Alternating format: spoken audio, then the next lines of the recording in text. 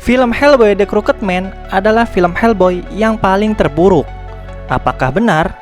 Oke brother, mari kita bahas bersama-sama.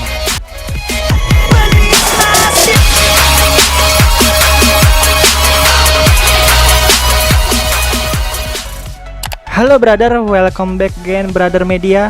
Film dibuat bertujuan untuk memberikan kesan yang menarik, memorable, dan menghibur.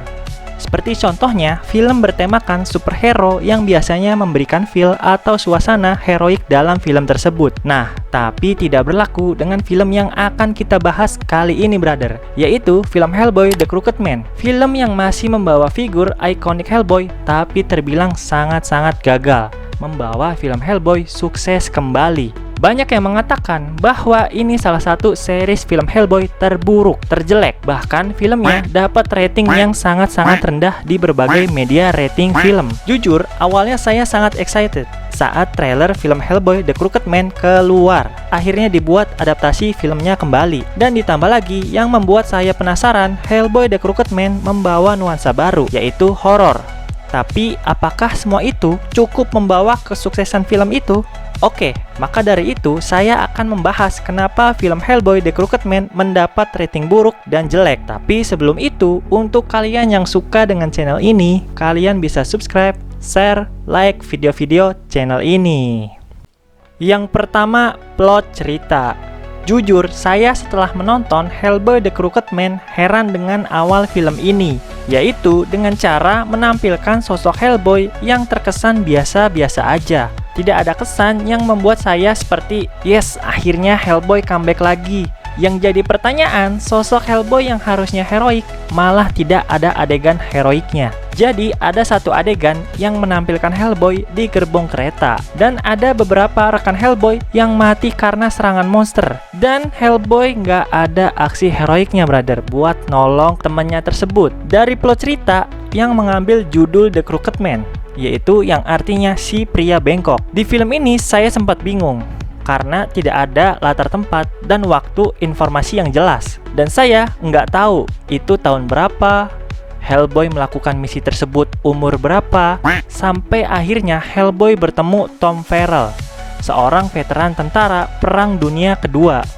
yang kembali ke sebuah desa kampung halamannya, yang ternyata desa tersebut terkutuk dan dihuni para penyihir. Bahkan, cara mengenalkan sosok villain utama di sini bisa dibilang sangat konyol dan membuat saya bosan mengikuti alur film ini. Sepanjang film ini berjalan, saya dibuat ngantuk sampai saya sempat terlewat beberapa menit karena saking ngantuknya dan terlalu banyak dialog yepingnya brother. Dan yang paling membuat konyol, villain utama di sini, si Crooked Man, mengutuk para orang desa dan mencari sosok Tom Farrell yang memiliki tulang kucing. Yang dimana intinya si Crooked Man cuma pengen tulang kucing itu brother. Jadi menurut saya, film ini meremehkan pasar perfilman franchise Hellboy. Untuk apa mendevelop yang di awal menunjukkan kesan horor, tapi di ending malah membawa kesan yang sangat biasa aja dan ceritanya nggak memorable.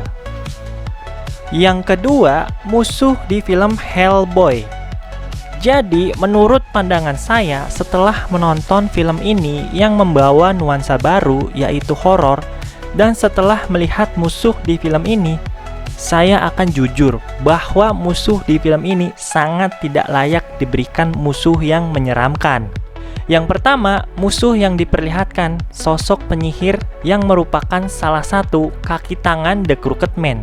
Saya akan menyebutnya penyihir putih saja. Setelah saya melihat penyihir putih yang menggunakan, mohon maaf, memakai seperti gaun lingerie putih dan memberikan kesan pertama saya, kok nggak ada seram-seramnya. Malah penyihir putih ini memakai pakaian seperti itu, seperti film semi, dan sangat tidak mempresentasikan dari penyihir yang terlihat seram dan menakutkan.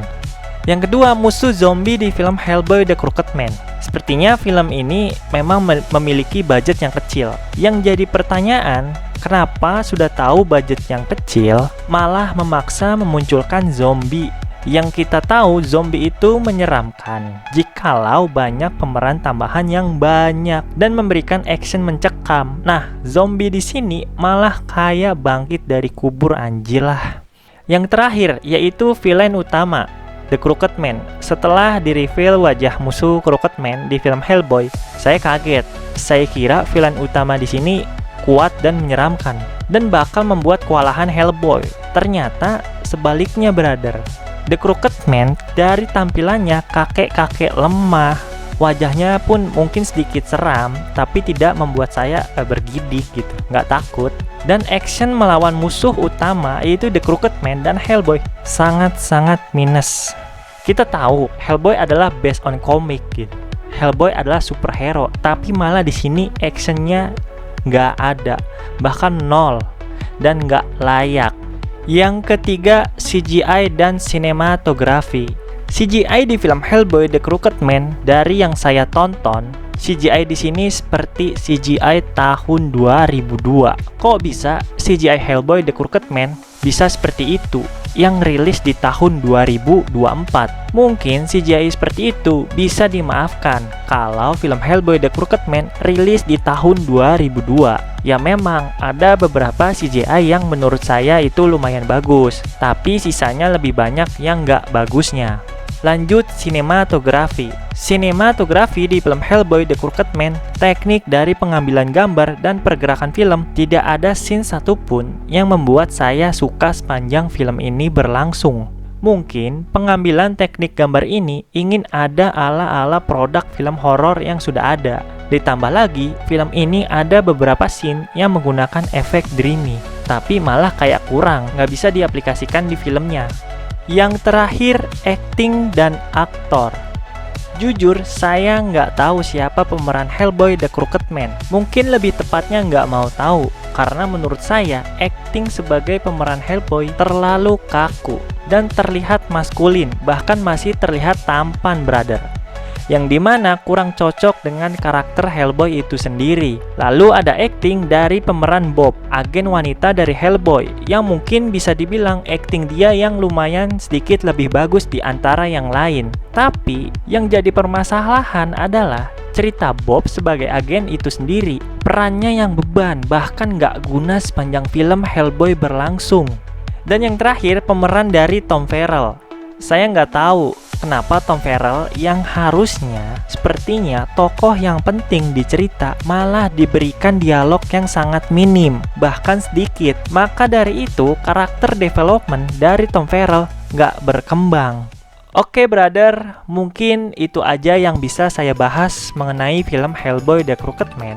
Saya masih berharap ada sutradara dan produser film yang mau membuat film Hellboy itu kembali dengan budget yang pas dan cerita yang menarik, supaya film Hellboy itu bisa kita nikmati kembali. Oke brother, sekian dari saya. Mohon maaf jika ada kekurangan dan kesalahan kata. Sekali lagi saya mohon maaf brother. Saya pamit, brother on the moment.